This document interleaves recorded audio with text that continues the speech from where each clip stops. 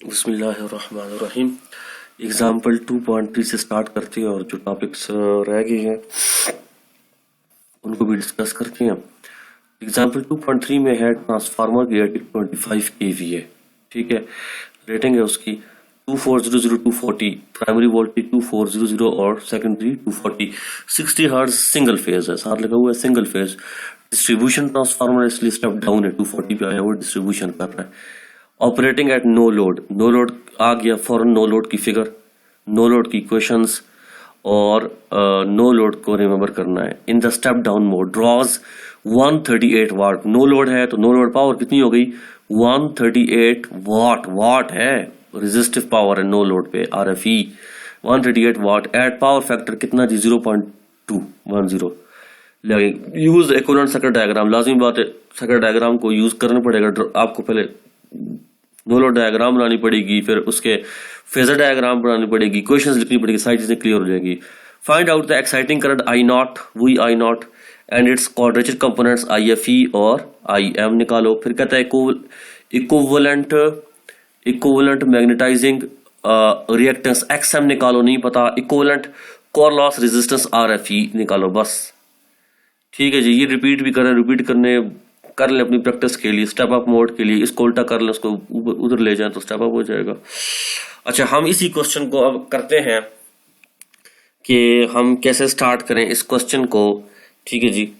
तो power factor कितना दिया हुआ है 0.210, लैगिंग है ना। सो इसका मतलब है power factor is cos of theta, ठीक है जी। अगर मैं यहाँ पे लिख लूँ कॉस ऑफ थीटा तो गलत नहीं है, cos of theta is equal to 0.210 lagging है, ठीक है जी। लैगिंग है तो लैगिंग के साथ माइनस साइन ऑटोमेटिकली आएगा, ठीक है जी।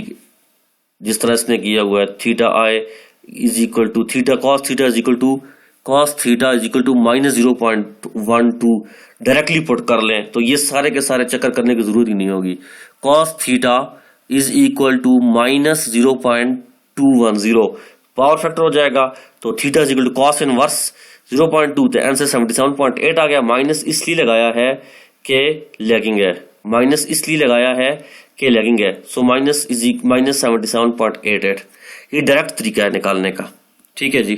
अब ऑथर ने कैसे किया हुआ है, ऑथर ने कहा है कि बेसिकली कॉस थीटा जो है वो दो का डिफरेंस होता है, वोल्टेज का एंगल और करंट का एंगल।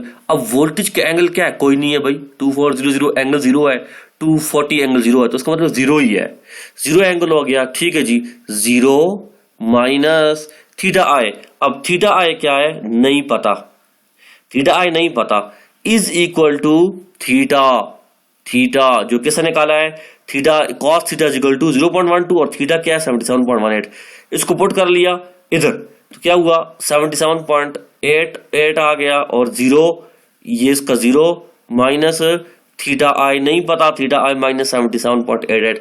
इस तरीके से करें तो भी ठीक है, जो मैंने बताया डायरेक्ट माइनस लगाए कर लें तो भी ठीक है। जो करंट का एंगल आएगा लाजिमी बात है current angle, not the voltage, not the voltage. क्योंकि पावर फैक्टर उसने जब कहा है तो जिसका मतलब यही है कि डिफरेंस ऑफ दी टू, ये देखें ये difference of the two already वो कह रहा है कि ये पावर फैक्टर है तो उसका मतलब कॉस थीटा ऑलरेडी ही है, लैगिंग का मतलब है माइनस लगा लो। तो ये डायरेक्ट करने की जरूरत है, इतने ज्यादा लंबे चौड़े चक्करों में पढ़ने की जरूरत नहीं है। करना चाहते हैं कोई मसले की आज नहीं, दोनों तरीके से आंसर सेम आएगा, ठीक है जी। थीटा आई हमारे पास माइनस 77.88 डिग्री हमारे पास आ गया, ठीक है जी। अब ये क्यों निकाला है, इसकी लालच क्या है। थीटा आई इसलिए निकाला है और ये इसने पावर फैक्टर एंगल इसलिए दिया है कि वो जो क्वाड्रेचर कंपोनेंट्स की जो बात कर रहा है कि IFE और IM, तो वो साइन और कॉस और टेन बगैर नहीं निकलते, इस वजह से साथ थीटा आएगा। थीटा करंट का आएगा क्योंकि पावर फैक्टर करंट के साथ डायरेक्टली रिलेटेड है, ठीक है जी।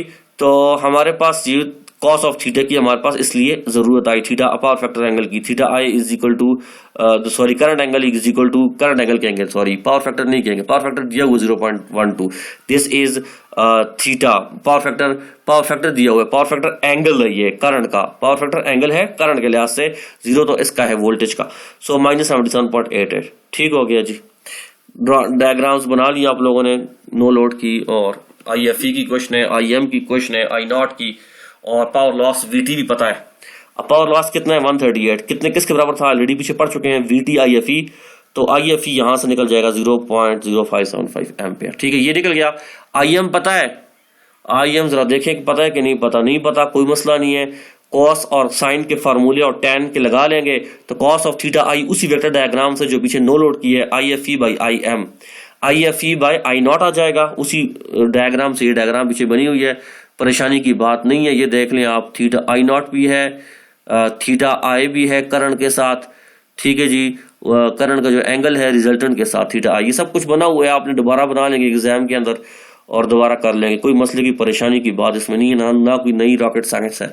So cos of theta given है 0.210, बाकी ये किया आई नॉट निकल गया। अब मर्जी आपकी टैन लगाएं, मर्जी आपकी ये वाली इक्वेशन लगाएं, आंसर दोनों से सेम आएगा, जिसे आप करते हैं उससे सेम आ जाएगा। इसने इस तरह किया हुआ है देखें, टू और भी किया हुआ, चलो आप काम आसान होंगे, और भी किया हुआ, तो आई एम इससे माइनस आई एम निकल गया, इससे माइनस करके I naught square minus I F E square, plus इसने गलती से दिया हुआ है, इससे माइनस है, ये इससे टाइपो हुई है, टाइपो एरर है, ये माइनस हो गया तो ये क्या हो जाएगा जी 0.268। इस तरीके से भी करें, टेंजेंट थीटा से भी करें, दोनों से आंसर से आ जाएगा। बस ये पूरी एग्जांपल है आई थिंक। और क्या पूछ रहा है, equivalent magnetizing reactors XM and equivalent core loss resistance, ये चीजें हमें नहीं पता, मेरे ख्याल में नहीं निकाली अभी तक, आई एफ ई निकाल लिया है तो बस कोई मसले की बात नहीं है, आर एफ ई भी पता है, आई एम किसके बारे में पता है, V T by XM, J XM, J नहीं लिखा हुआ है, ऊपर ले जाएंगे तो माइनस आ जाएगा, सिर्फ ये फर्क हो जाएगा, जे एक्सएम हो जाएगा। आई एम की वैल्यू पुट कर किया आपने जे और एक्सएम आपने निकाल लिया, I F is equal to V T by R F E, ये सारी की सारी इक्वेशन है 41.7, ये आर एफ ई यहाँ पे आ गया। अब ये इक्वेशन सारी इसने गिवन की, देखें ये सारी इधर गिवन है, तो ये सिर्फ पता होनी चाहिए, बाकी मसला नहीं है, चीजें निकल जाएंगी, सॉल्व हो जाएंगी। तो core loss and power factor are same whether operating step down step up, इसने स्टेप अप से किया हुआ, ये आप खुद कर लें ताकि जरा सा प्रैक्टिस हो जाए, ठीक है जी। एक ही चीज पूछी जाएगी पेपर में, दोनों चीजें टाइम कंज्यूमिंग हो जाती है। अच्छा आगे जो है हमारा जो टॉपिक रह गया था जिसको हमने करना था हमने नहीं किया, उसको अभी हम जो है वो करते हैं,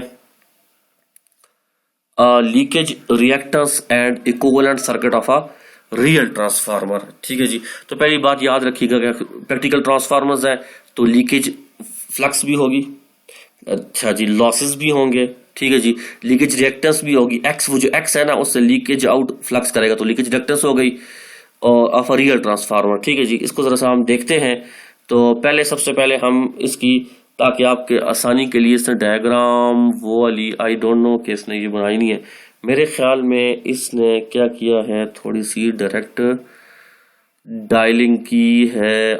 1 मिनट जरा सा मैं यहाँ पे स्टॉप करता हूँ, मैं बुक में देख लेता हूँ कि इसने क्या,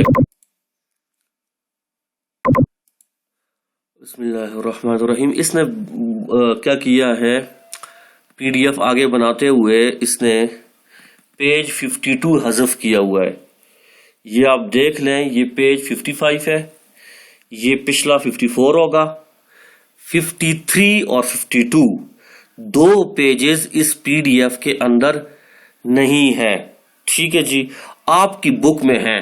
चूंकि आपकी बुक में है तो अब यहां पर वो नहीं है, तो मैं आपको बुक के लिहाज से जरा सा बता देता हूं, आप बुक अपने सामने खोल लें, ये चीजें जो है वहां से आसान हो जाएगी, कोई मसले की बात है, जहां से आगे से वो स्टार्ट होगा हम दूसरा स्टार्ट कर लेंगे, ठीक है।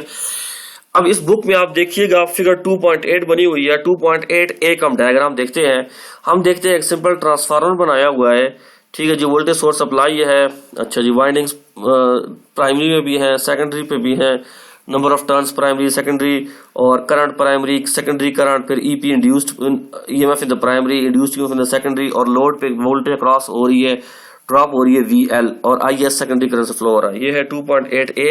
अब 2.8A को देखते हुए 2.8B बनाया है, ठीक है ना, इसने जो है 2.9 दे दिया डायग्राम इस बुक, इसने पीडीएफ ने, लेकिन इसे 2.8B नहीं दी, तो वो बुक से मैं बता रहा हूं। आप देखेंगे 2.8B में क्या किया इसने कि ट्रांसफार्मर की एनालिसिस करने के लिए इसने सिंपल डायग्राम जो ट्रांसफार्मर की थी A में, उसको ट्रांसफॉर्म किया है B में। अब B इसके बहुत सारे हिडन पैरामीटर्स बता रही है जो A में बताए हुए डायरेक्टली नहीं है।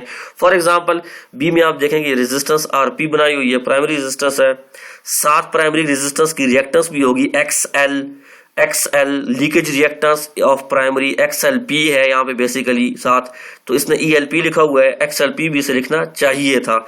ये XLP है leakage reactance of the primary, जो कि इंड्यूस्ड EMF लीकेज प्रोड्यूस कर रहा है ELP, और जो फ्लक्स इससे लीकेज आउट करेगा वो है phi LP, ठीक है जी। और इसी के साथ उसने लिखा है कि number of turns of the primary, ठीक है जी। आगे करंट IP जो पीछे से आ रहा है वो गुजरेगा कोर से। कोर की दो ही चीजें हमने डिस्कस की हुई हैं, I0, एक गुजरेगा RFE से, एक गुजरेगा XM से, यहां तक ठीक है। आगे मेन कोर को सिंप्लीफाई करने के लिए इसने लिख लिया है आगे लफ्ज आइडियल ट्रांसफार्मर। यहां पे इसका मतलब ये समझें, कंफ्यूजन क्रिएट करा रहा है, पीछे लिख रहा है कि रियल ट्रांसफार्मर, तो यहां पे लिख रहा है आइडियल, तो इसका ये कोई मसला नहीं है। इसको आप कंफ्यूजन को दूर करने के लिए सिर्फ आप ये समझें कि यहां पे आइडियल ट्रांसफार्मर का लफ्ज चलो डाल दिया है, लेकिन इसका एक्चुअल मतलब यहां पे ये है कि NP is equal to NS, number of turns in the primary is equal to the number of turns in the secondary, that's it. बस इसके अलावा और इसको कुछ ना समझे। और बाकी जो है वो phi-m प्रोड्यूस कर रहा है अंदर, phi-m से आगे phi-s पैदा होगा, phi-s गुजरेगा सेकेंडरी से, सेकेंडरी की होगी लीकेज रिएक्टेंस XLS, XL और S, ठीक हो गया। ये क्या प्रोड्यूस करेगा, leakage phi LS, leakage flux of the secondary, और वो किसकी होंगी, टर्न्स की, सेकेंडरी की। आगे होगा सेकेंडरी की रेजिस्टेंस RS, तो वो क्या ड्रॉप पैदा करेगा, IS RS। प्राइमरी क्या ड्रॉप पैदा कर रहा था, IP RP, resistive drop, secondary IS RS। आगे क्या है, इंपीडेंस ऑफ दी लोड, उसके क्रॉस जो वोल्टेज ड्रॉप होगी उसे क्या कहेंगे, उससे लिखेंगे VL, उसे क्या लिखेंगे हम, VL, ठीक है जी। आगे इसने बंदे ने फिर जो है वो पेजेस लॉस किए हैं, तो यहीं से मैं बुक से बता रहा हूं, यहाँ पे नहीं है PDF में, आई डोंट नो। अब हम देखते हैं इक्वेशन हमारे पास सबसे पहली जो बनी हुई है वो ट्रांसफार्मर की इक्वेशन है। ये देख लें आप पेज 52 पे, EP is equal to 4.44 NP 5FP, ये प्राइमरी की हो गई, इसी तरह सेकेंडरी की ES की तरह हो जाएगी, ठीक है। आगे जो है फ्लक्स, अभी पीछे हमने देखो, याद होगा आपको, यूजफुल फ्लक्स और लीकेज फ्लक्स पढ़े थे, तो हमने प्राइमरी और सेकेंडरी के दो फ्लक्स पढ़े थे। phi-p is equal to phi-m plus phi-lp पढ़ा था, और phi-s is equal to phi-m minus phi-ls, ये पीछे पढ़ चुके हैं, ये दो इक्वेशन है मशहूर। अब हम क्या करेंगे, जो phi-p की इक्वेशन लिखी हुई है ना, ये देख रहे हैं आप बुक में, phi-p की इक्वेशन को पुट करेंगे EP में, phi-s की इक्वेशन को पुट करेंगे ES में, इनके आपस में सॉल्व करेंगे, हमारे पास दो इक्वेशनें बनेंगी, जो इक्वेशनों के नंबर यहां पर मेरे पास लिखे हुए हैं 220 और 221। ये आप देख लें, EP is equal to 4.44 NPF phi-m mutual के साथ हो जाएगी, एक हो जाएगी लीकेज के साथ। इसी तरह सेकेंडरी में 221 में आप देखें, एक बन जाएगी म्यूचुअल के साथ, माइनस हो जाएगा, दूसरी बन जाएगी लीकेज के साथ, ठीक हो गया। अब 220 और 221 को मैं ऐसे भी लिख सकता हूं जैसे 222 इक्वेशन है और 23 है। कैसे, अब देखो एक सिरा एक अगर आप 220 को गौर से देखें तो 220 के दो हिस्से हैं, एक वो जो phi-m के साथ यूजफुल काम कर रहा है, इक्वेशन बना रहा है, उसको मैंने लिख लिया E', ठीक हो गया। और एक वो हिस्सा अगला जो लीकेज के साथ ताल्लुक है, उसको मैंने लिख लिया प्लस ELP। एक EMF लीकेज के साथ हो गई और एक EMF किसके साथ हो गई, प्राइमरी के साथ हो गई, E'P प्लस ELP, ठीक हो गया जी। 222 कंप्लीट हो गई, 222।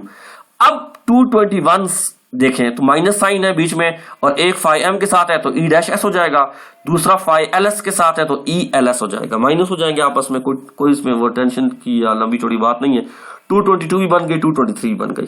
अच्छा 224 पे आगे नीचे जाते हैं, जरा सा इसी सर्किट को देखो। 2.8a को देखो बुक में, 2.8a को देखेंगे तो KVL लगा लें, VT is equal to EP IP RP, ठीक है जी, और VT is equal to EP की वैल्यू 222 से पुट करें 224 में, सॉल्व करेंगे तो आपके पास VT की कंप्लीट इक्वेशन बन गई, ठीक है जी। और IP विद लोड क्या है, एक तो कम IP की इक्वेशन है 226 हमारे पास बुक में पेज नंबर 53 पे, ठीक है। IP का एक हिस्सा लोड वाला और एक हिस्सा जो है वो एक्साइटिंग करंट I0, कौन सा, IFE प्लस IM, ये ऑलरेडी हो चुका है। इसी तरह KVL लगाएं सेकेंडरी पे और इक्वेशन को फिर ES की वहां से ऊपर से दोबारा से पुट करें 223 पुट करें, सॉल्व करें तो आपके पास 228 आ जाएगा। इसमें कोई लंबी चौड़ी बात नहीं है, ठीक हो गया। 228 तक तो काम सिंपल है। ये हमने इंड्यूस्ड EMF की इक्वेशंस निकाली हैं, ठीक है जी। अब हमारे पास इक्वेशंस हैं 229 जहां से आगे इस पीडीएफ में मौजूद है 230 से 229 कहता है phi is equal to F by S, जो हम पढ़ चुके हैं, या आर इटैलिक बातें की है। So phi leakage of the primary, ये लीकेजेस में क्यों पढ़े हैं? In order to find out the losses of the real transformer, तब एफिशिएंसी का पता चलेगा एफिशिएंसी कितनी है। ठीक है, so phi is equal to F by S, so phi L P leakage of the primary is equal to F किसका होगा? प्राइमरी के साथ डिस्कशन है ना, तो एनपीआईपी होगा divided by SLP reluctance of the primary, लेकिन साथ लीकेज आएगा वाई, बिकॉज ये लीक आउट बाहर करता है, कोर का लीकेज नहीं है, वरना एसपी होता ये जो एक के बाहर निकल जाता है। तो अब बाहर वैक्यूम भी है, समझे कि फॉर एग्जांपल बाहर एयर भी है, बाहर इंसुलेटिंग मटेरियल है, तो इस वजह से साथ इस मटेरियल का ताल्लुक लीकेज के साथ है, इस वजह से इसने नीचे एसएलपी लिखा हुआ है। Phi LP is equal to NPIP divided by SLP.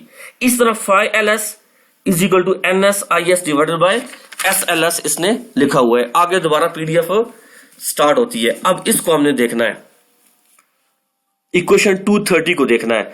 ये सिंपल इक्वेशन आपको याद होगा, मैंने चैप्टर नंबर 1 में बताया था, इसमें ये लंबे चौड़े चक्कर करने की जरूरत नहीं। ई मैक्सिमम याद रखना है इस इक्वेशन को, induced EMF equation of a current carrying coil, induced EMF equation of a current carrying coil. ये थ्रू अ विंडो का मतलब वही है, कॉइल है is expressed as E maximum is equal to omega 2/f, N वैसे का वैसा ही फाई मैक्सिमम वैल्यू आई, हम आरएमएस में भी इंटरेस्टेड है, याद रखिएगा मैक्सिमम वैल्यूज आई, हम आरएमएस में भी इंटरेस्टेड है। ठीक है जी, अब ये तो मैक्सिमम है भाई, लीकेजेस का निकाल के दो ना, इससे लीकेजेस निकालनी है 230 से, तो क्या निकालेंगे लीकेजेस, कैसे निकालेंगे?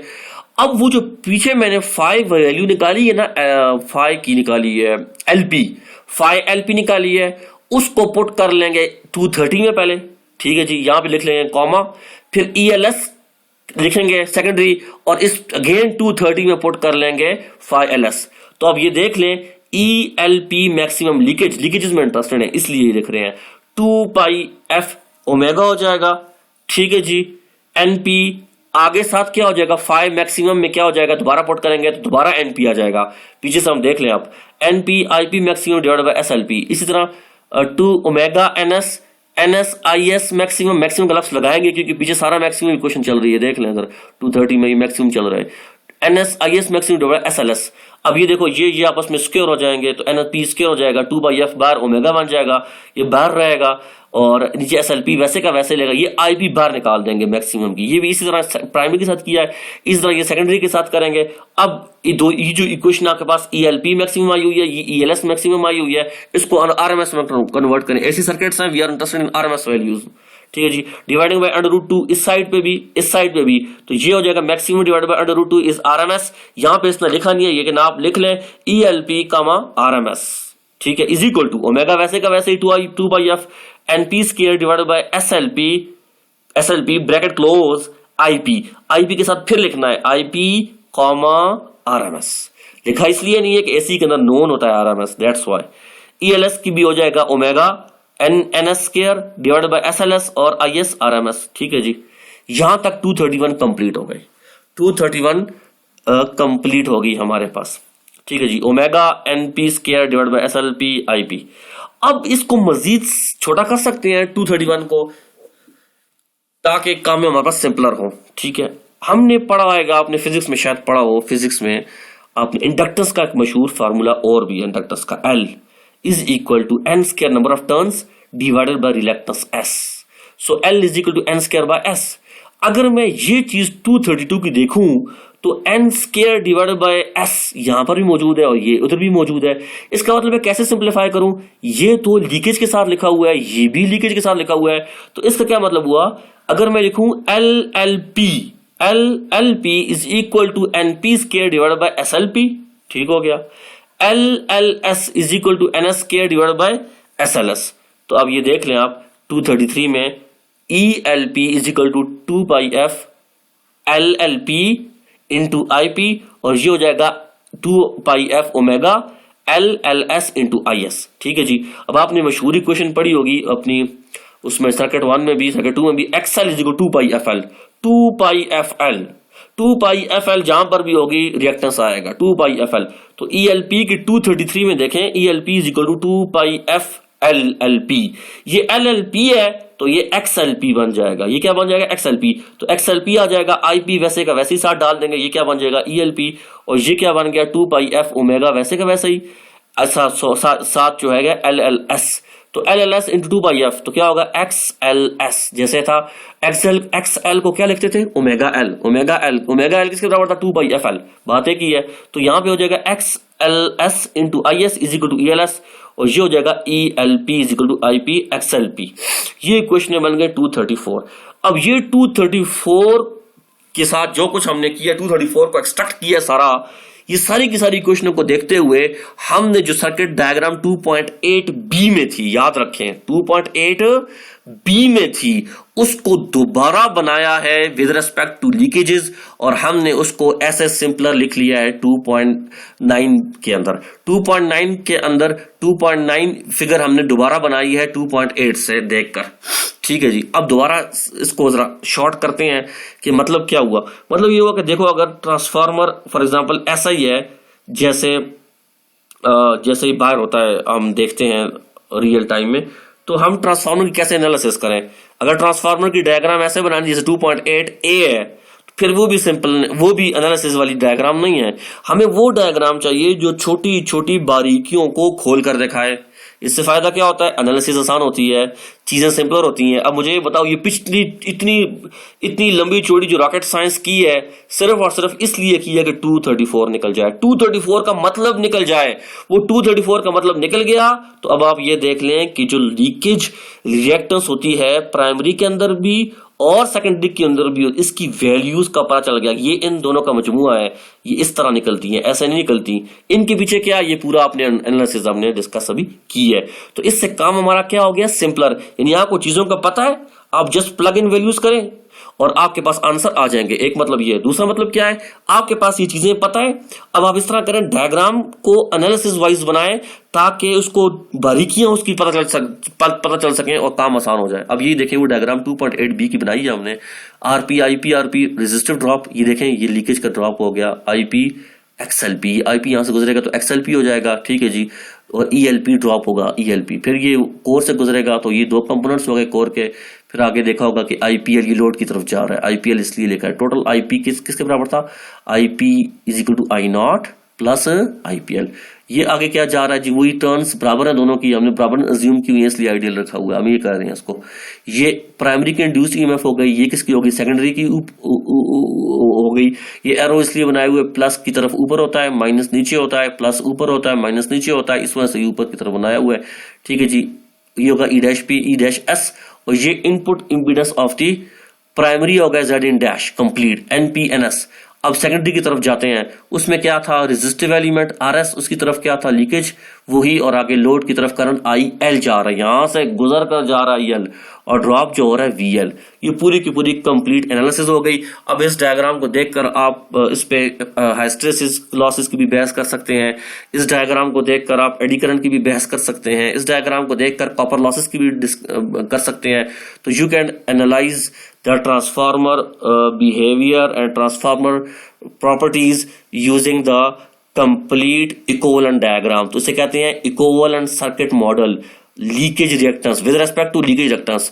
और अगर इसके और पैरामीटर जेड वगैरह निकाल लें, इनपुट प्राइमरी के सेकेंडरी के, तो आगे मजीद आएंगे इंशाल्लाह, वो हम पढ़ेंगे तो वो और कंप्लीट हो जाएगी। तो इसका मतलब है कि हम equivalent diagram her point of view से निकाल सकते हैं। यहां पर जो जिस पर्सपेक्टिव से निकाला है वो किस पर्सपेक्टिव से निकाला, in terms of leakage reactance.